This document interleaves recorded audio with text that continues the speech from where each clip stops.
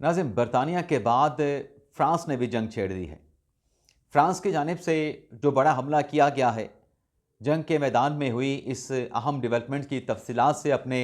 Blog का आगाज़ करेंगे और फिर इसी खबर की तफसीलात में आप नाज़रीन को ये भी बताएंगे जो आज भारत की जानिब से पाकिस्तान को थ्रेट किया गया है, पाकिस्तान को धमकी दी गई है। उस धमकी का पाकिस्तान ने भारत को, मोदी सरकार को क्या रिस्पॉन्स दिया है, पाकिस्तान का दो टोक जवाब क्या था, ये तफसीलात आपकी खिदमत में पेश करने के बाद जो ताकतवरों के साथ खैबर पख्तूनख्वा के वज़ीर आला सुहेल अफरीदी की मुलाकात हुई है, इस मुलाकात के बाद जो सुहेल अफरीदी साहब के तेवर बदले बदले दिखाई देते हैं, सरप्राइज़ मुलाकात में क्या तय हुआ है, कुछ और भी अहम डेवलपमेंट्स हैं, उनकी तफसीलात से भी आप नाज़रीन को आगे चल के आगाह करेंगे। लेकिन प्रोग्राम का आगाज़ करने से पहले आपसे दरख्वास्त के चैनल को सब्सक्राइब कर लें, बेल आइकॉन का बटन प्रेस करें और वीडियो पसंद आए तो इसे लाइक तो आपने ज़रूर करना है और दोस्तों के साथ हमारी वीडियो को आप शेयर भी करें। तो पहली खबर से कि बरतानिया के बाद फ्रांस ने भी बड़ा हमला कर दिया। नाज़रीन, जंग के मैदान में हुई इस अहम डेवलपमेंट की डिटेल पे आने से पहले वन लाइनर जो आज मुत्तहिदा अरब अमारात की जानिब से अक़वाम आलम से, ताकतवर ममालिक से जो मुतालबा किया गया है कि आबनाए हुर्मुज़ को खुलवाने के लिए मुत्तहिदा अरब अमारात ने कहा कि ईरान के ख़िलाफ़ कार्रवाई की जाए। ये ओपनली मुत्तहिदा अरब अमारात की तरफ से ताकतवर वेस्ट कंट्रीज से ये मुतालबा किया गया है कि आबनाए हुर्मुज़ को अगर ना खोला गया तो दुनिया की मईशत पर, ख़ित्ते की मईशत पर बड़े मनफी असरात पड़ेंगे। अब ये जब बयान दिया गया, इस बयान के फौरी बाद आपको याद होगा कि गुज़िश्ता रोज़ जो सदर ट्रंप ने स्टेटमेंट दिया था कि आबनाए हुर्मुज़ को खुलवाने के लिए फ़्रांस जाने और बरतानिया जाने, अगर जेट फ्यूल नहीं मिल रहा इन दोनों ममालिक को तो हमसे ख़रीद लें, अगर हमसे नहीं ख़रीदना तो जाएं, जाके आबनाए हुर्मुज़ खुद खुलवाएं, खुद सीखें, अपने पाँव पे खड़े हों, अमेरिका इनकी मदद के लिए नहीं आएगा। सदर ट्रंप के इस बयान के बाद ब्रिटिश वज़ीर आज़म स्टारमर की तरफ से बयान आया था कि ईरान के ख़िलाफ़ जंग में बरतानिया हिस्सा नहीं बनेगा। ईरान के ख़िलाफ़ जंग बरतानिया की जंग नहीं है। ब्रिटिश वज़ीर आज़म ने कहा कि हम जो भी फ़ैसला करेंगे इस कशीदगी को लेके बरतानिया के अवाम के हक़ में फ़ैसला करेंगे। इस जंग में शिरकत करना बरतानिया के लिए मनफी असरात लेके आएगा। अब कल जो सदर ट्रंप ने स्टेटमेंट दिया था उस पर जवाबी हमला ब्रिटिश वज़ीर आज़म ने किया। ब्रिटिश वज़ीर आज़म ने अमेरिकन प्रेसिडेंट को साफ जवाब दे दिया कि आपकी जंग में हम शामिल नहीं होने जा रहे। आज जब मुत्तहिदा अरब अमारात ने अमीर ममालिक से, तरक्की याफ्ता ममालिक से ईरान के ख़िलाफ़ कार्रवाई का मुतालबा किया आबनाए हुर्मुज़ को खुलवाने के लिए, तो फ्रांस के सदर मैक्रोन की तरफ से स्टेटमेंट दिया गया। लेकिन फ्रांस के सदर मैक्रोन का जो स्टेटमेंट है, उनके बयान की डिटेल पे आने से पहले ये जानना भी आप नाज़रीन के लिए ज़रूरी है कि गुज़िश्ता रोज़ सदर ट्रंप ने सदर मैक्रोन को भी टारगेट किया था कि जो सदर मैक्रोन की अहलियाँ हैं वो अपने हस्बैंड मैक्रोन के साथ अच्छा सलूक नहीं करती। मैक्रोन की अहलियाँ अपने खामन के साथ बदसलूकी करती हैं। तो आज फिर फ्रांस के सदर ने भी अमेरिका की तरफ से, अमेरिका के प्रेसिडेंट की तरफ से जो हिट किया गया, उस टारगेट करने के ऊपर जवाबी रिस्पांस दिया गया। बेशक आप इसको जवाबी हमला भी कहें। मैक्रोन की तरफ से कहा गया कि जो ईरान के ख़िलाफ़ उनके जौहरी प्रोग्राम के ख़ात्मे के लिए कार्रवाइयाँ की जा रही हैं, इन फ़ौजी कार्रवाइयों से ईरान का जौहरी प्रोग्राम ख़त्म नहीं किया जा सकता।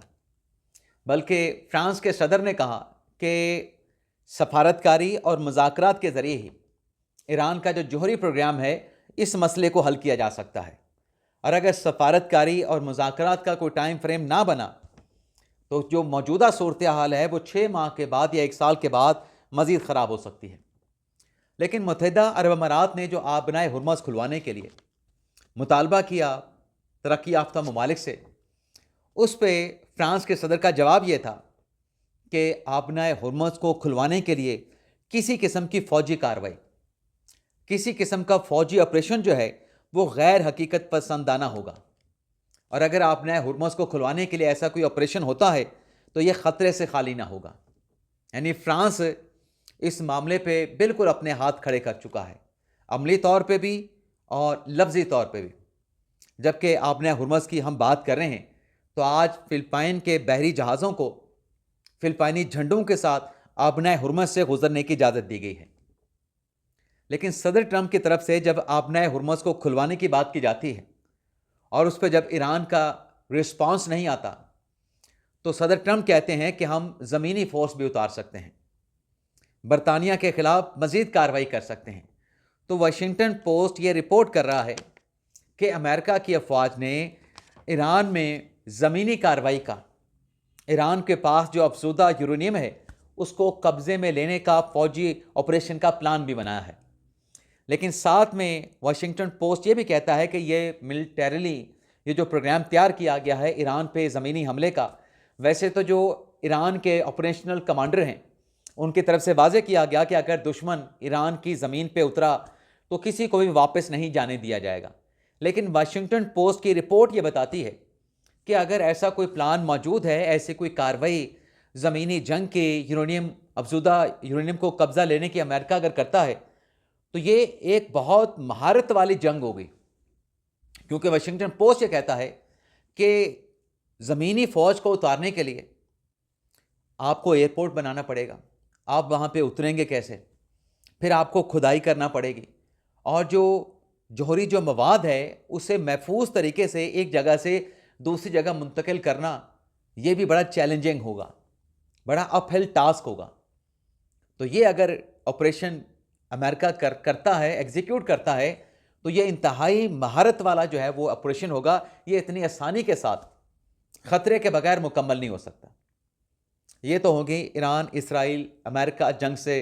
मुतल्लिका जो तफसीलात हैं, जो डेवलपमेंट्स हैं, उनकी डिटेल आपके हमने शेयर की। आज नाज़रीन, पहलगाम वाक़े को 1 साल मुकम्मल होने पे भारतीय वज़ीर दिफ़ा राजनाथ की तरफ से एक मरतबा फिर पाकिस्तान के ख़िलाफ़ ऑपरेशन सिंदूर 2 की बात की गई। अब आप जानते हैं कि जो पहलगाम में वाक़या हुआ, जो फॉल्स फ्लैग था, पाकिस्तान ने अपने आप को पेश किया अक़वाम आलम के सामने, भारत के सामने कि आप तहकीकात करें। पाकिस्तान उस तहकीकात में सपोर्ट करने के लिए, साथ देने के लिए तैयार है। बेशक भारत किसी इंटरनेशनल फोरम से, अक़वाम मुत्तहिदा से तहकीकात करा ले, पाकिस्तान साथ देने के लिए, हमायत करने के लिए तैयार है। लेकिन पाकिस्तान की इस तहकीकात में सपोर्ट, साथ देने की ऑफ़र को जो है वो नहीं माना गया भारत की तरफ से। पाकिस्तान ने न्यूट्रल तहकीकात में भी तावन करने की पेशकश की, पाकिस्तान के इस ऑफ़र को भी नहीं माना गया और अल्टीमेटली भारत की जानिब से पाकिस्तान के ख़िलाफ़ ऑपरेशन सिंदूर किया गया। अब ऑपरेशन सिंदूर का तंदूर कैसे बना? जब मार का हक जो है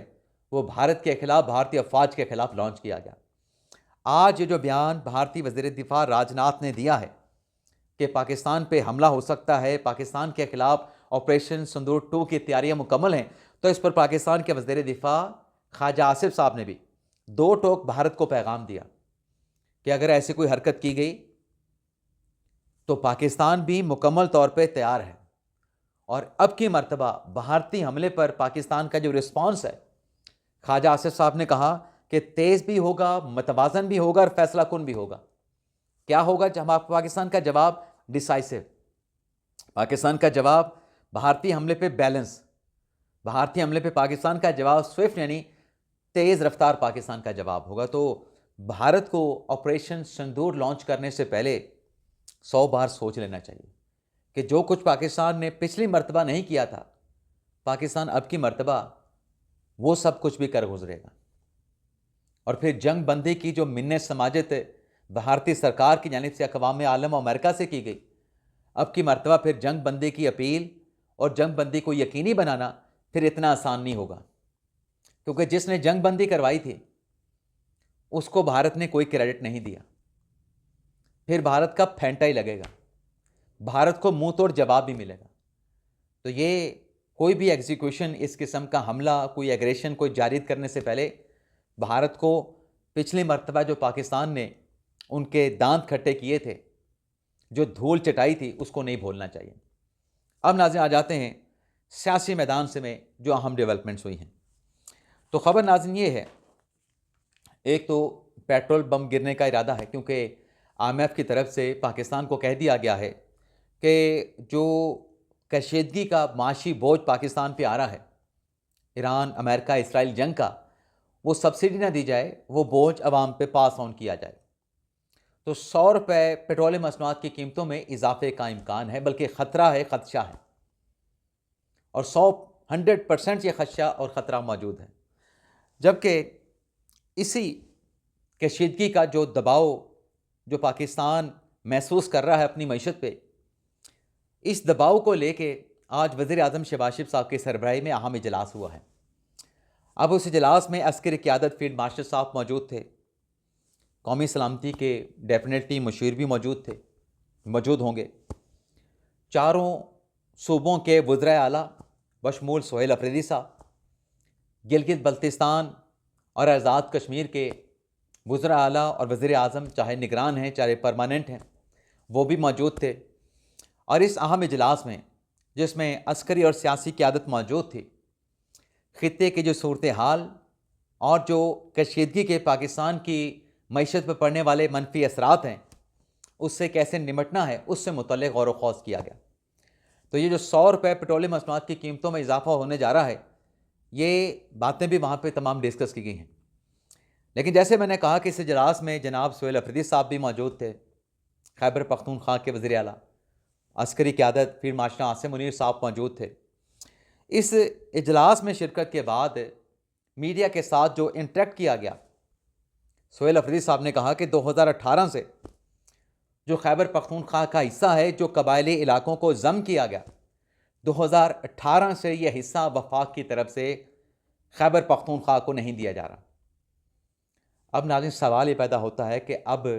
अफरीदी साहब जिस हिस्से की बात करते हैं, कबायली इलाकों के जिस शेयर की बात करते हैं, और जिस शिद्दत के साथ, जिन सख्त अल्फाज के साथ इन पैसों का तकाजा करते हैं, अब पैसे कितने हैं नहीं हैं, देने हैं, कब देने हैं, कितनी बड़ी अमाउंट है, ये फाइनेंस, वजारत फाइनेंस और खैबर पख्तूनख्वा का डोमेन है, उनका मामला है।